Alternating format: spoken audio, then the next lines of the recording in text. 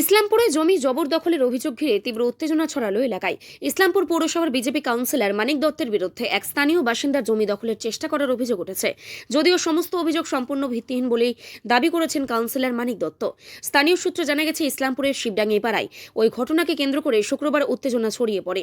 অভিযোগ, স্থানীয় বাসিন্দা মানিক চন্দের জমিতে অবৈধভাবে মাটি ফেলে তা দখল করার চেষ্টা করা হয়। খবর পেয়ে জমির মালিক মানিক চন্দ ও স্থানীয়রা ঘটনাস্থলে পৌঁছে বাধা দেন।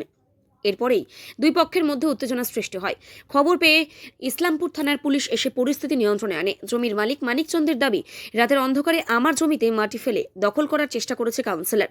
প্রায় 50 বছর ধরে তার পরিবার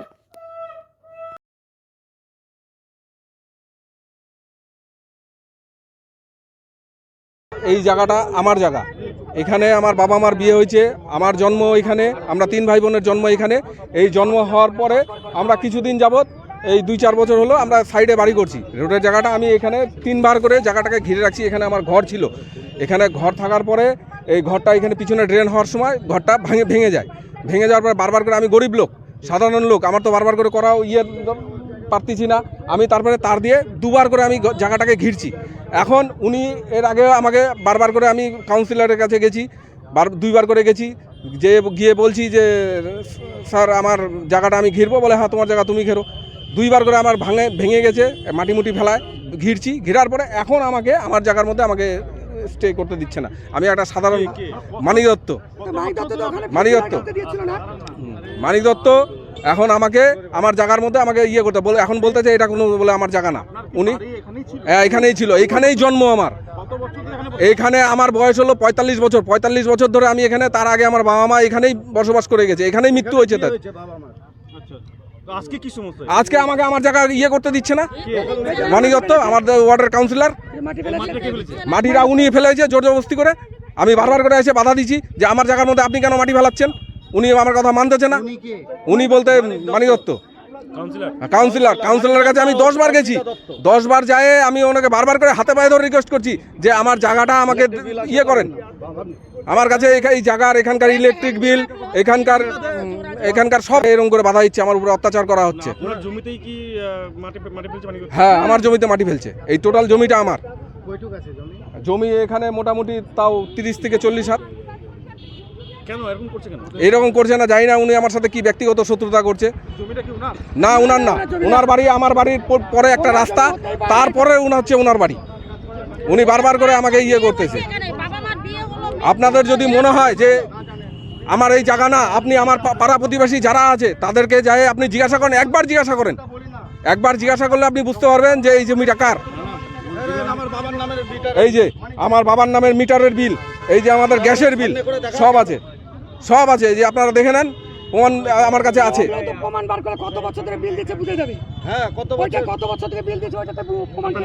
আমার নাম মানিক চন্দ, বাবার নাম স্বর্গীয় নিতাই চন্দ। এখানে মানিক একটা ছেলে, ওর এইটা জায়গা, মানে আমাদের যে ইউনিয়ন অফিসটা আছে, সাব ডিভিশনের ইউনিয়ন অফিসটা আছে, আমি ইউনিয়নের সাব ডিভিশন সেক্রেটারি। ওর কাছ থেকে আমরা এই জায়গাটা নিয়েছি। তার পাশে আমাদের 4 ফিট 3 হাত জায়গা ছাড়া আছে। তারপরে এই জায়গাটা ওর আগে বাউন্ডারি করা ছিল, ঘরও ছিল একটা, ওর বাউন্ডারি করা কাঁচা ঘর ছিল। আমরা এটা দেখতাম। আজকে যে এই ঘটনা হয়েছে আমরা কিছু জানি না। তখন আমরা অফিসের কাজে আমরা আসছি, তখন দেখতেছি যে ওরা ঘেরতে কীভাবে আমরা শুনলাম যে শিবাস পাল নাকি জায়গাটাতে ফেলে মাটি ফেলছে। শিবাস পাল কী কারণে মাটিটা ফেললো সেটা আমাদের জানা দরকার। এবার যদি মানিক যদি ওর কাছ থেকে যদি বিক্রি করেছে তাহলে ও ফেলতে পারে, আর যদি বিক্রি না করে তাহলে আমরা জানি যে ওইটা এই জায়গাটা ওই মানিক ছেলেটারই। ওর বাবা মা এখানে থাকতো, আমরাও দেখেছি। এটা আমাদের আশু কাকু আছে বড়োটের, আমাদের আগে ও ডিস্ট্রিক্ট সেক্রেটারি ছিল। ও থাকতেই আমরা এখান থেকে যাতায়াত করি। এখন আমি এখানকার এই অফিসে আপনি যে নামটা বললেন যে মালিক নামে একটা, ওই একটা পাপাই ছেলে, ওর পা নাই একটা, ওর কাছ থেকে আমরা জানি। মাটিটা কে ফেলছিল? মাটিটা কে ফেলছে আমি জানি না। এই বাধা দিতে আসছিল, মাটিটা যে কে ফেলছে সেটা আমরা জানি না। এখন এসে শুনলাম যে বলে শিবাস পাল বলে মাটিটা ফেলছে। আর শিবাস পাল কেন ফেলছে আর মানিক দত্ত বাধা দিচ্ছে, আজকে আমরা এসে এখানে শুনলাম। কি জোরপূর্বকভাবে দখল করার চেষ্টা করছে? হ্যাঁ, জোর দেবো। কি চাইছেন আপনারা? না, আমরা কি চাই, যেটা নাই যে পাবে তার হোক, সে পাবে।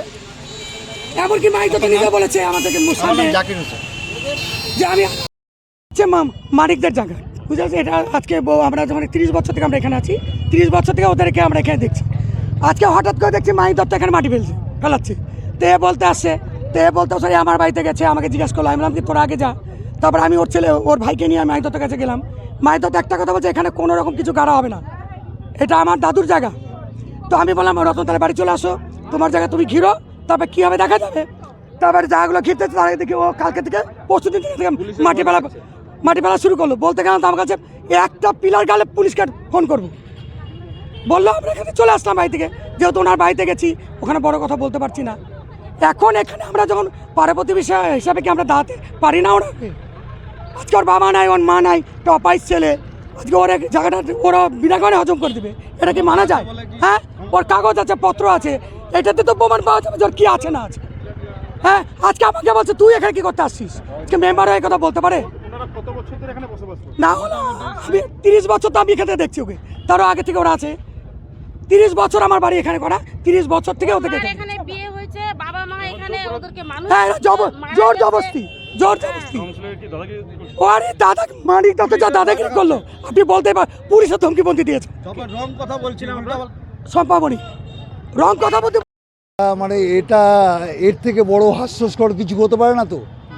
এই যে আমার বিরুদ্ধে অভিযোগ করলো, আমি দেখলাম ওখানে দাঁড়িয়ে বলছে তোমাদের এখানে বলছে, দেখলাম এরা এখানকার কোনো দিনই ছিল না। তো এদের দাদু যে গুঞ্জুরিয়া থাকে, সেই দাদুকে আজ থেকে 55 বছর আগে আমার দাদু উনি আসতো, গুঞ্জুরিয়ার থেকে আসতো, বলতো ইসলামপুরে আমার একটা থাকার জায়গা নাই, বসার জায়গা নাই, একটা জায়গা ছোট্ট একটা ঘর দিয়েছিল এখানটায়, ছোট্ট একটা ঘর। আমরা এই ফাঁকা জায়গাটা না আমাদের পাড়া প্রতিবেশীরা আমরা ফাঁকায় রেখে দিয়েছি, কাউকে কোনো কিছু দখল করতে দিইনি। না কেউ দোকান করবে, আমাদের মধ্যে ঠিক হয়েছে, না কেউ দোকান করবে, না কিছু করবে, আমাদের বাড়ির সামনে একটা ফাঁকা থাকবে। এটা আমাদের পাড়া প্রতিবেশীদের সিদ্ধান্ত, এটা আজকে না বহুদিন আগের। এইবার যখন ওর দাদু চলে গেল, তখন এদেরকে দিয়ে গেছে ছোট্ট একটা ঘর দিয়ে গেছিলো। এখন টানতে টানতে ওরা লম্বা টানিয়েছে। এই যে এমআর ডিলার অ্যাসোসিয়েশনের অফিসটা দেখতে পাচ্ছেন না, এমআর ডিলার অ্যাসোসিয়েশনের অফিসটা ওরা বিক্রি করেছে, ওইখানটা বিক্রি করে দিয়ে চলে গেছে। তারপরে আবার এখন জায়গা আবার দখল করতে এসছে। ওখানে বসবাস করতো এমনটা ওই তো এমআর ডিলারের অফিসটা বিক্রি করে দিয়েছে তো ওরা, ওদের জায়গা আছে, ওরা ওখানে বসবাস করতো, তো ওটা বিক্রি করে দিয়েছে। তো এটা কি আপনার জায়গা? না, আমার জায়গা না তো, সরকারি জায়গা, এটা সরকারি জায়গা। আমাদের পাড়া প্রতিবেশী ডিসিশন, সামনে আমরা কাউকে কোনো দোকান টোকান বসতে দিব না। এটা আগে তো ছিল কোথায়? ওখানে? না ওই যে 4-5 বছর আগে ভেঙে আরে ওরা শোনে, আমি এদের বাড়ি আমি দিয়েছি, এরা ভ্যানির পাড়ে বাড়ি করেছে, আমি ঘর দিয়েছি। আগে যখন